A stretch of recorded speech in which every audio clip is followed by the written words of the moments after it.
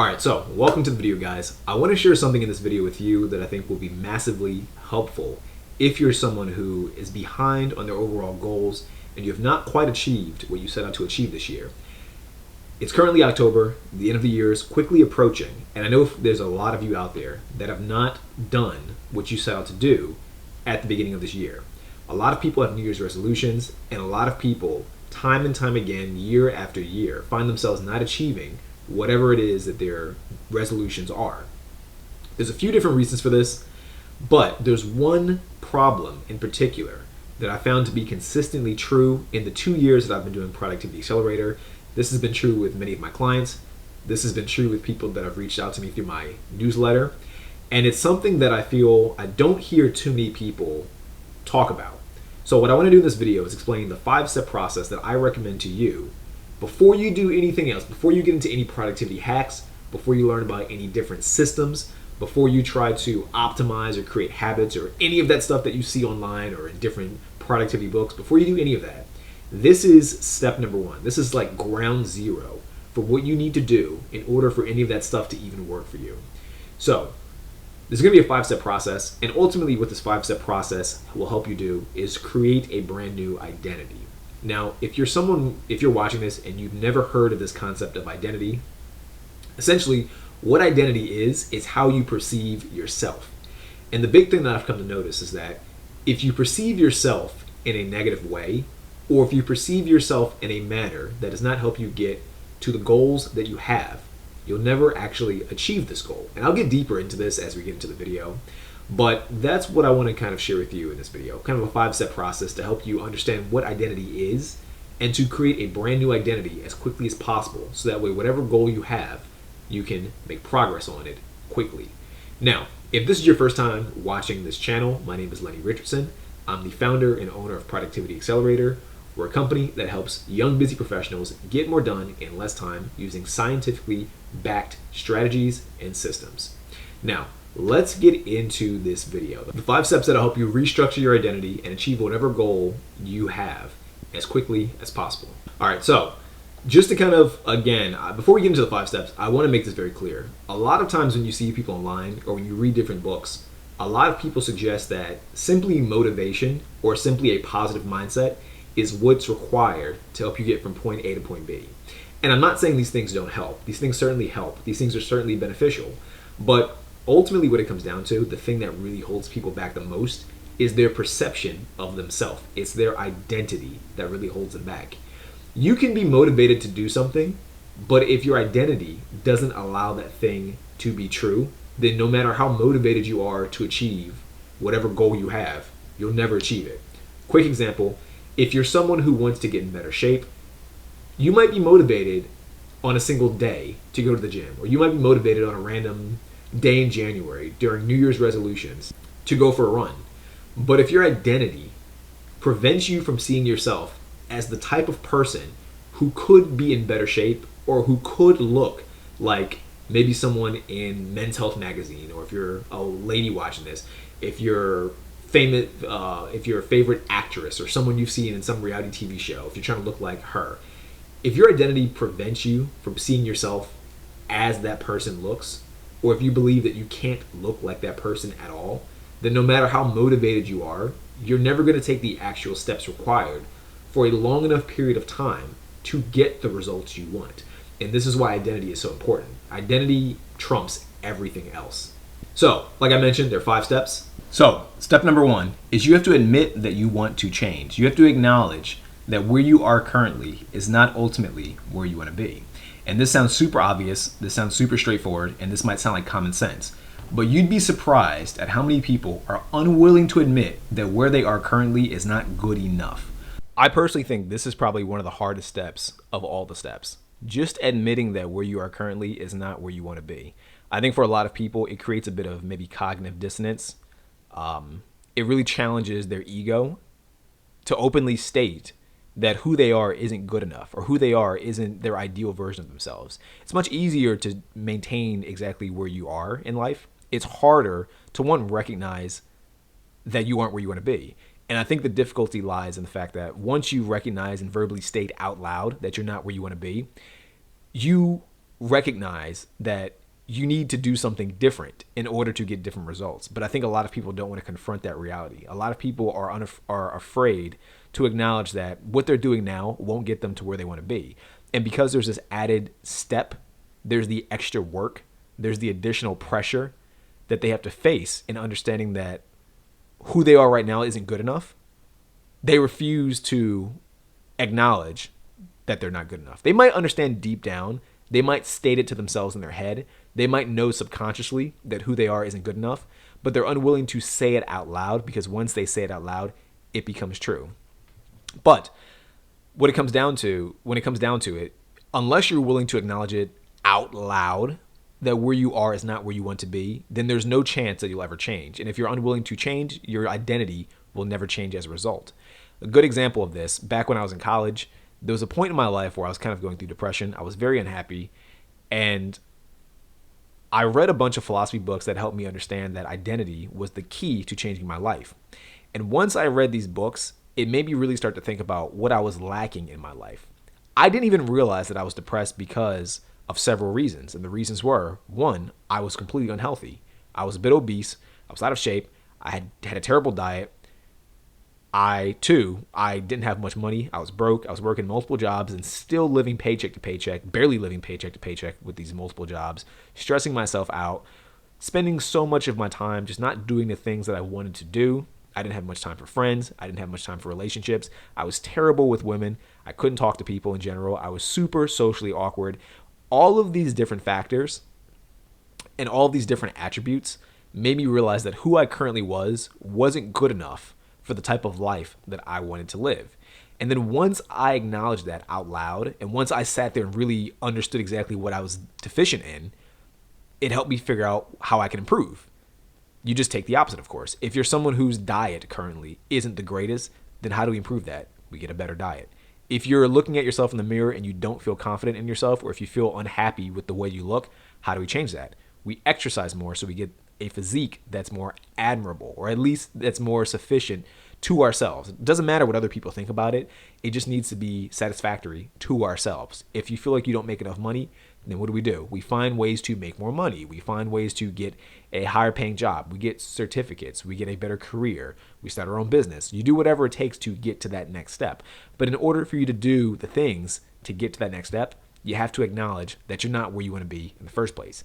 And again, this is the step that most people are unwilling to take. A lot of people, they see themselves a certain way, and they are, I think your brain trains you to, your brain's kind of conditioned to maintain whatever state is most comfortable for you. And once you start to see yourself, or once you start to shoot for things that's outside of your comfort zone, your brain will kind of try to force you to stay in one place.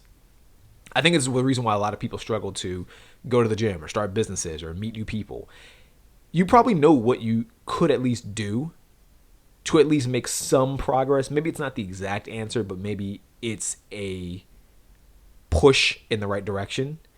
But the reason why you won't do it is because your brain is trying to keep you in your comfort zone, because the comfort zone is safe. You've evolved to stay in places where it's comfortable, where it's safe, because traveling outside of the comfort zone, like the comfort zone might actually just be a physical boundary. It might be around the group of people that is your tribe, or if we're speaking from a evolutionary context, it might be the geography that you're most comfortable with, that you're most familiar with. Physically traveling outside of that geography could mean death, because there could be animals or disease that you're not familiar with that could literally kill you. So this is why you've adapted and evolved over time to not step outside of your comfort zone, both mentally and physically, like geographically. But of course, if you're unwilling to step outside of your comfort zone, then you'll stay the exact same way forever. And if who you are is not who you want to be, then you have no choice. You have to acknowledge that where you are isn't the ideal position to be in, which means you have to step outside of your comfort zone, and you have to acknowledge that you want to change. So that is step number one. Acknowledge that you want to change. Step number two, you need to be specific about what you want.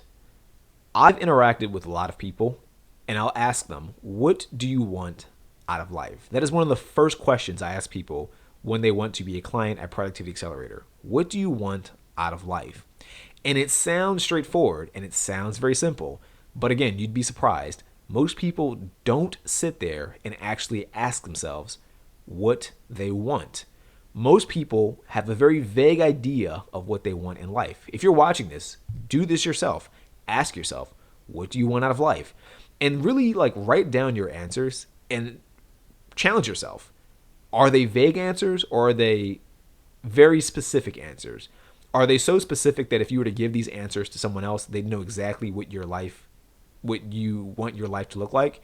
Or are they vague where the person might see it and they might have a general idea of what you want, but maybe not a clear picture? These are two very distinct things. Most people, if you were to ask what they want, I actually did this recently. I was running some ads, and I think one of the questions was more or less, what do you want out of life?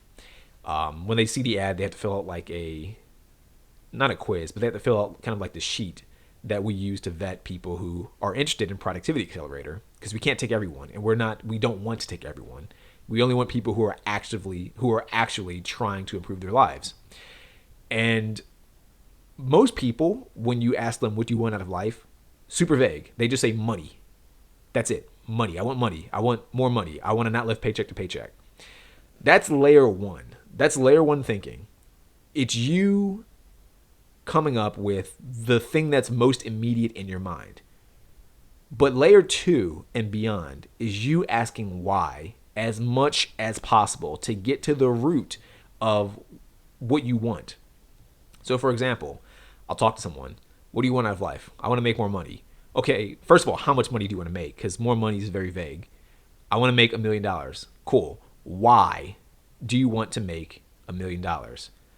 I want to make $1 million because I want to buy nice things. Why do you want to buy nice things? I want to buy nice things so I can feel respected. Why do you want to feel respected? I want to feel respected because I feel insignificant right now. Why do you feel insignificant right now? You get deeper and deeper. I feel insignificant now because when I was growing up, I always felt inadequate, and I don't want to feel inadequate anymore. So I want to make lots of money because I want the status and I want to feel like I'm better than other people. Cool. Now we've gotten to more of the root of what you want. You don't care about the money. You care about the respect. And the reason why this is important is because for a lot of people, they chase the wrong things. For many people, they'll chase money. For many people, they'll chase money thinking that money equals respect or money equals a sense of adequacy. They don't want to feel inadequate. So they chase the money thinking that if they have enough money, they won't feel this way. When in reality, no one cares. You might make $1 million. No one cares that you have $1 million because the $1 million does not benefit them. So they don't care that you have it. You watching this right now might know of people like Bill Gates or Jeff Bezos. Do you care that Bill Gates and Jeff Bezos makes billions of dollars? Does it benefit your life in any way? I'm genuinely asking this question. Chances are you probably don't care at all. So if you were to meet these people in real life, do you think that you'd have a significant high level of respect for them solely because they make money? Probably not. There's probably many people who make more money than you that you don't care enough about. If you met them in real life, you probably do know them in real life, some of these people. It just doesn't matter. Their money doesn't benefit you, so you don't care about them. And that's perfectly fine. I bring this up because when you get deeper into the why and when you identify what you really want, you can make better decisions to get those things. If you're someone, I did this test myself. One of the things that I want in life is just to have a fulfilled life. And ultimately, when I kind of broke down what fulfillment looked like, it's just to have a certain type of life where I'm not stressed out throughout the day and I feel like I'm achieving something. And what I used to do is I used to think that money was the means of getting that. But then I found that the more money you try to get, the more insignificant the money becomes. And you realize that money just becomes this black hole that you endlessly chase because you can never really have enough money. There's always something technically to buy, or there's always someone who has more money than you, which puts you at this position of competition where you want to get more money than them. And after analyzing what I want, I kind of realized the fulfillment and the happiness and the day-to-day sense of achievement doesn't need to come from making more money. It could come from things like art. Art is not competitive. I'm not competing against other people. I'm competing against myself by simply sitting down to create art. And this is for me personally. For everyone's it's going to be different. But for me sitting down to create art, I still get that sense of fulfillment. I still feel like I'm achieving something, and I'm putting out something where I'm not competing against other people. So I'm not like super comparing myself to random people. But I still get that sense of fulfillment and satisfaction, and even that sense of respect, which is something else that I want. Because if people like my art, then I feel respected by them liking my art. Hopefully that makes sense. But that's step number 2, is you have to really get specific about the things you want. And the more specific, the better. Because again, the clearer the picture of the thing you want, the easier it is to make good decisions to get that. A lot of times when I hear people come up with strategies to get the things they want, I'll ask them, does this thing that you've come up with, does the strategy you have in mind lead to the things you want? And then when we sit there and we talk about it, the answer is no, it doesn't. Which leads me to ask, then why are you doing it? Like, if the thing you're suggesting you should do does not get you to the result you want, then why are you doing it? If you're someone who wants to be a bodybuilder and you say, yeah, I want to sleep a lot though and not work out. Well, sleeping a lot and not working out will not lead you to get a better physique to be a bodybuilder. So perhaps you shouldn't do that thing. But I like sleep. Do you like sleep at the cost of this goal of being a bodybuilder? If that's fine if you do. If so, perhaps you need to change your goals and have a more clear vision of what it is you want in life. Maybe you don't really want to be a bodybuilder. Maybe there's something else deeper that you want, and you believe that being a bodybuilder is the means to get that feeling or is the means to get that long-term goal. This is a hypothetical, of course. But this is what I mean when I say you need to be specific about the things you want in life. So that's number 2. That's step 2. Step 3, you need to make a physical shift today. One of the things I've found when it comes to kind of creating long-lasting habits, when it comes to changing your identity, and when it comes to making real progress, is you need to get a positive feedback loop. And you need to get a positive feedback loop as quickly as you can. You need to win quickly. I've talked about this in other videos, especially when it comes to general routines throughout general daily routines.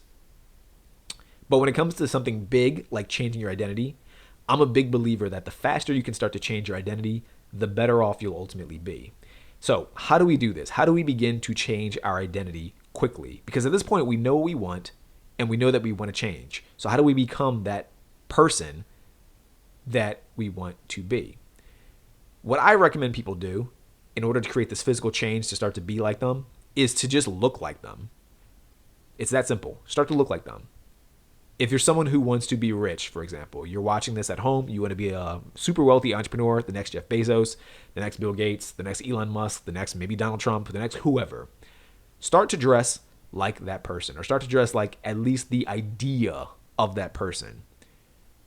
Wear suits if becoming a rich, wealthy person is your goal. Because when you look like a rich, wealthy person, you start to see yourself as a rich, wealthy person, and you ultimately begin to do the things that a rich, wealthy person does. And that's kind of the next step. I'm kind of getting ahead of myself, but this is the reason why you want to look like that type of person. If you want to be an athlete, this is something I did myself back when I was in college. Like I mentioned earlier, I was overweight, I was out of shape, and I wanted to get in better shape. So what did I do? I thought about the type of people or the type of person who is in shape. Bodybuilders. I saw a lot of bodybuilders like Arnold Schwarzenegger, and I was a big fan of Dwayne Johnson, The Rock at the time. And I said, oh, what do these guys typically look like? Of course they're big and of course they're in great shape, but like, what do they wear? Oh, well, because they're at the gym so much, they're usually wearing sweatpants, shorts, tank tops, light t-shirts so they can work out. Okay, I'll wear the exact same thing. And so I did. I wore a lot of tank tops. I didn't wear a lot of shorts, but I wore a lot of joggers, like fitness joggers. And because I started wearing that so much, it created this pattern in my brain that whenever I saw myself, it basically allowed me to see myself as the kind of person who works out. Like if you're wearing the outfit or the uniform of someone who works out, then you begin to see yourself as someone who works out. If you're wearing the uniform of a police officer, for example, if you did it long enough, you'd probably be like, maybe I'm a police officer, or maybe I feel like a police officer. Maybe I feel like I have the power of a police officer. Hopefully that makes sense. We wear these uniforms for a reason. They create a sense of identity. It's the same thing as when you work at a company or when you go to school. When you go to school, you might have a uniform. The uniform is conditioning you to see yourself as someone in this setting. Like if you go to school and someone's not wearing a uniform, they're essentially saying, I'm not part of this group. That's what they're communicating. And it's the reason why a lot of schools recommend you wear uniforms. It's the reason why you see certain private schools, a uniform is mandatory. And maybe in public schools, they're not as mandatory. But in a private school, they might have a certain level of control and a certain level of order in those private schools that you might not find at a public school. That's the reason why. A uniform, in a way, is a certain type of conformity. You're conforming to the standards of that group. So if you want to be part of a different group, which is really what identity is, your identity is basically the group you belong to. It's how you view yourself. You need to wear the uniform of that group. So once you know exactly what you want to do, once you know the vision of what you want to achieve, start to dress like the person in that group. Start to dress like the kind of person that you want to become. And the reason why I think this is so powerful, but also super easy, is because in reality, assuming the outfit's not terribly expensive, you can just do that today. Like, if you're someone who wants to get in better shape, you can buy tank tops and shorts today at like Old Navy or Walmart or Target for like less than $50, and you're good to go. If you're someone who wants to look wealthier, you can go buy a nice outfit today and start to look wealthier. If you're someone who wants to look like a martial artist, off the top of my head, you can probably buy a gi or a martial arts outfit today and start wearing it more frequently, and you'll start to see yourself like that kind of person. Hopefully that makes sense. It's good to do because it creates an immediate feedback loop. It's a positive feedback loop right away. So that's step number 3. Make a physical shift today by simply just buying the outfit or the uniform of the person or type of person you want to become. Now, the 4th step, find the habits that person does. You're already wearing the uniform. The next step is to actually just do the things that person does if you want to create an identity shift. The type of person you want to become does something consistently, pretty much every day, that allowed them to become that person. I've said this before in different videos. There are 3 key traits that lead to people being successful in any specific field. There's grit, there's iteration, and then there's consistency. A lot of people you see are consistent in one or a few things. That's what led them to become the type of person they are. If you're someone who is, for example, an athlete, you consistently do certain workouts to become an athlete based on whatever sport you play. If you're someone who is an artist, you consistently draw or you consistently paint. You do certain habits often and frequently to become that type of person. If you're someone who learns multiple languages, you probably consistently speak that language or try your best to speak that language, which is what enables you to speak the language in the grand scheme of things. It's what enables you to understand that language, to become fluent in that language. Hopefully that makes sense. The more you do something, the more consistent you are at a action or series of actions, the more it'll lead you to become that type of person. Again, using the fitness example, back when I was in college, when I was trying to get in better shape, what I did in order to see myself as a more athletic person, not only did I buy the clothing of people like Arnold Schwarzenegger, Dwayne Johnson, other bodybuilders that I saw that I thought had admirable physiques. Not only did I do that, I would listen to what their habits were. Whatever they said they did, I would simply just mimic it. I would replicate it. I remember watching this video of Dwayne Johnson. He was on an Oprah interview, and she asked him, what does your routine look like? And he said at 5 a.m. every day, he wakes up and he goes to the gym first thing before eating. I remember reading a book about Arnold Schwarzenegger, and that was the same thing Arnold Schwarzenegger did. He'd wake up at like 5 because his dad would make him and his brother work out before they had breakfast, and he would earn his breakfast that way. Those were the habits that they did. And like I said, I admired their physique. I wanted to have a similar physique. So I figured if this is what they do, I'll do the same thing. I would work out as long as they claimed they worked out. I'd wake up when they said they woke up. I would do the things that they did in order to get similar results to what they've achieved. If you're someone who wants to maybe be more intelligent, find the most intelligent person or people that you admire and just look up videos or read books about what they did. If you see someone and they say, oh, you know what, I'm super intelligent because, or thanks for considering me intelligent. The reason why I would consider myself intelligent is because I read consistently. I read a book a week, or I read a book every single day, or I read a book a month, or I don't read many books, but I take many courses online. Whatever it is that person does, just do it. And the more you do it, the more you'll find that you'll become similar to that person. And ultimately, this is something I want to slightly deviate from and go on like a slight tangent about. Some people in the past, when I've brought this up to them, will say, well, I feel inauthentic. If I start to act like these people or take on their habits, I feel inauthentic. I feel like it's not me. And you'll feel that way. Like I mentioned in the beginning of this video, your brain wants you to be comfortable. It wants you to be consistent. It's like homeostasis. It wants you to stay in the exact same state that you're currently in. You need to kind of force yourself to just do certain things for a long enough period of time. And ultimately, when you do this, it'll start to feel natural. It won't feel natural at first, but it'll start to feel natural. Give it like a month or give it a few weeks even. It'll start to feel natural. And ultimately what happens is in the process of you mimicking somebody else, you'll merge the aspects of them that you admire with who you currently are, and you'll create a brand new person as a result. And it's at that point that you've created a brand new identity. Does that make sense? This is how it all happens. And that kind of leads me to the fifth step.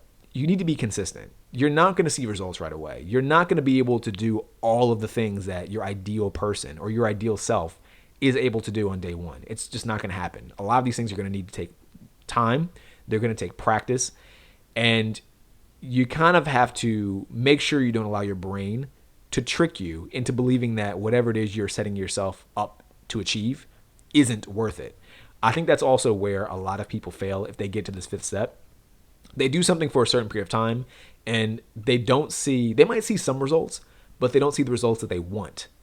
You might work out at the gym and you might be consistent, but you may have been going for about 4 months and you don't quite have the physique that you want, or you don't have anything close to the physique you want.